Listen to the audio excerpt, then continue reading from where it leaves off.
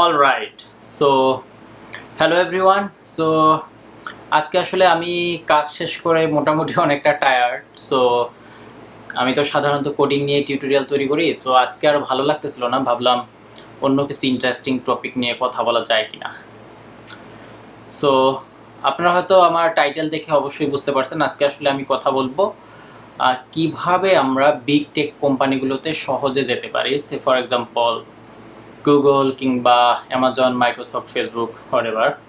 So আমাদের big যে take কোম্পানিগুলো আছে এগুলোতে চাকরি পাওয়ার সব থেকে সহজ উপায় কি হতে পারে। সো একটু বলে নেওয়া ভালো যে সহজ উপায় বলে আসলে কিছু নেই।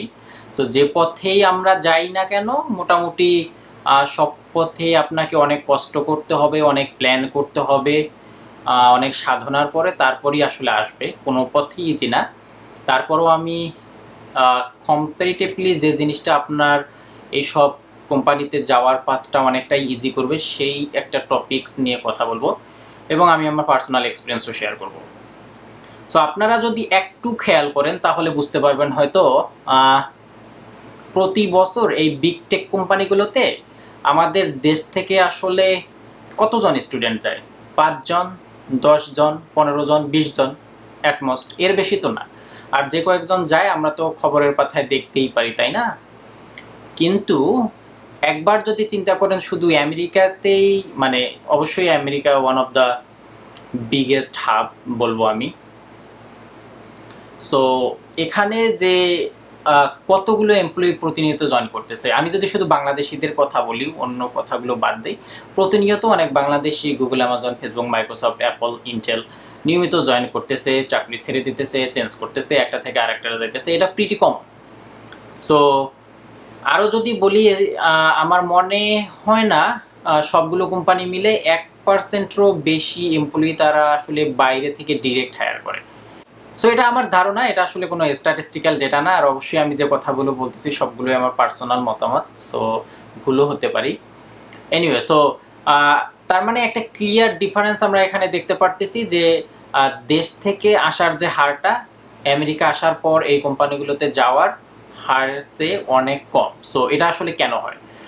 মেইন রিজন এবং অবশ্যই একমাত্র কারণও হতে পারে যে ভিসা নিয়ে কিছু আমলাতান্ত্রিক জটিলতা আছে। যেমন আপনি আমেরিকায় যদি একটা এমপ্লয়িকে নিয়ে আসতে চান, যদি H1B ভিসাই ধরি আমরা এক্সাম্পল হিসেবে, তার মানে আপনাকে বলতে হবে যে আপনি এই পজিশনটার জন্য লোক খুঁজতেছেন অনেকদিন থেকে, আমেরিকান কোনো নাগরিক সিটিজেন ইন্টারেস্টেড না কিংবা পাওয়া যায়নি, অথবা আমেরিকায় যারা আছে গ্রিন কার্ডধারী কিংবা আদার্স তারা এই পোস্টটাতে ইন্টারেস্টেড না কিংবা এটা আমরা ফিল আপ করতে পারতেছি না, এবং আমরা যে মানুষটাকে নিয়ে আসতে চাইতেছি তার আসলে কিছু এক্সেপশনাল ক্যাপাবিলিটিস আছে যার দ্বারা আমাদের কোম্পানি উপকৃত হবে, সেজন্য আমরা তাদেরকে বা তাকে নিয়ে আসতে চাই।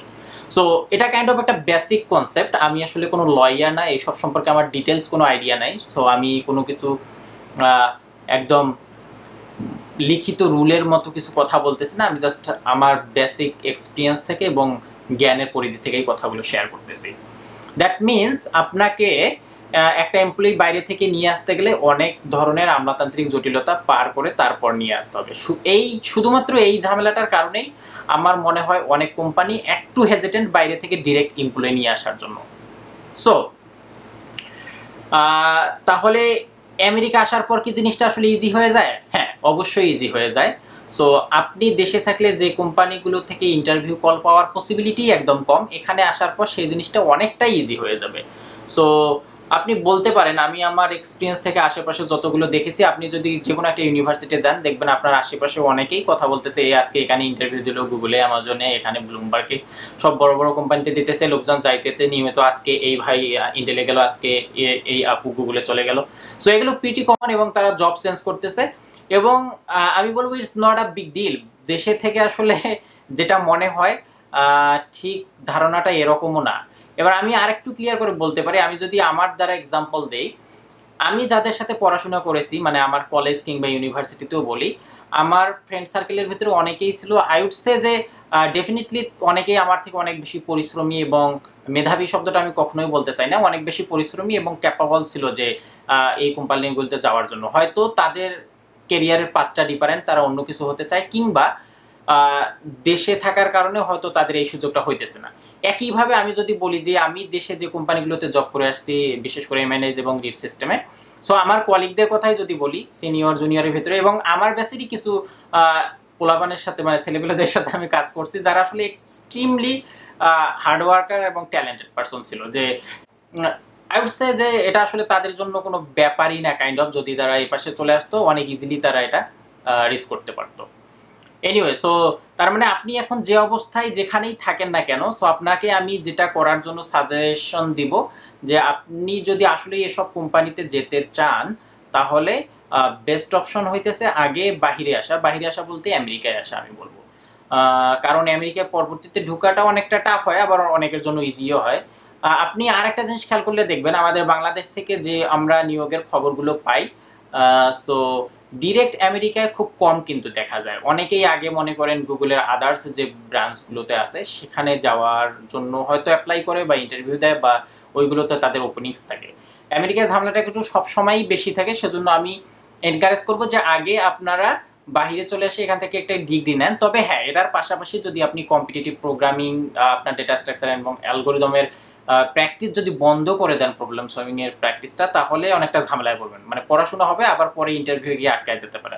সো আই উড সে যে প্যারালালি কন্টিনিউ করেন, বাইরে আসার জন্য ট্রাই করুন, বাইরে আসলে ডিগ্রিটা হয়ে গেল, পাশাপাশি আপনি কম্পিটিটিভ প্রোগ্রামিং যে প্র্যাকটিসটা সেটা চালু রাখলেন, এবং তখন দেখবেন যে আপনার আসলে এই কোম্পানিগুলো থেকে ইন্টারভিউ কল পাওয়াটা অনেকটাই ইজি হয়ে যাবে, এবং আপনি যদি লাকি হয়ে থাকেন তাহলে অবশ্যই আপনি প্রথমবারই হয়তো কোনো একটা ভালো আপনার স্বপ্নের জায়গায় চলে যেতে পারেন। সো আমার কাছে সব থেকে সহজ মনে হয় যে দেশে থেকে জিনিসটা অনেকটাই কঠিন মনে হয়, বাট বাইরে আসলে আপনাদের জন্য অনেকটা ইজি হয়ে যাবে। সেজন্যই আমি সাজেস্ট করব আগে বাইরে চলে আসেন, তারপর দেখেন নিজের থেকে আসলে জিনিসটা কতটুকু ইজি। আপনার লাইফ 50% ইজিয়ার হয়ে যাবে আপনার এই স্বপ্নের কোম্পানিগুলোতে যাওয়ার জন্য। ভালো লাগলে প্র্যাকটিস করতে পারেন। আজকে এই পর্যন্তই, থ্যাংক ইউ।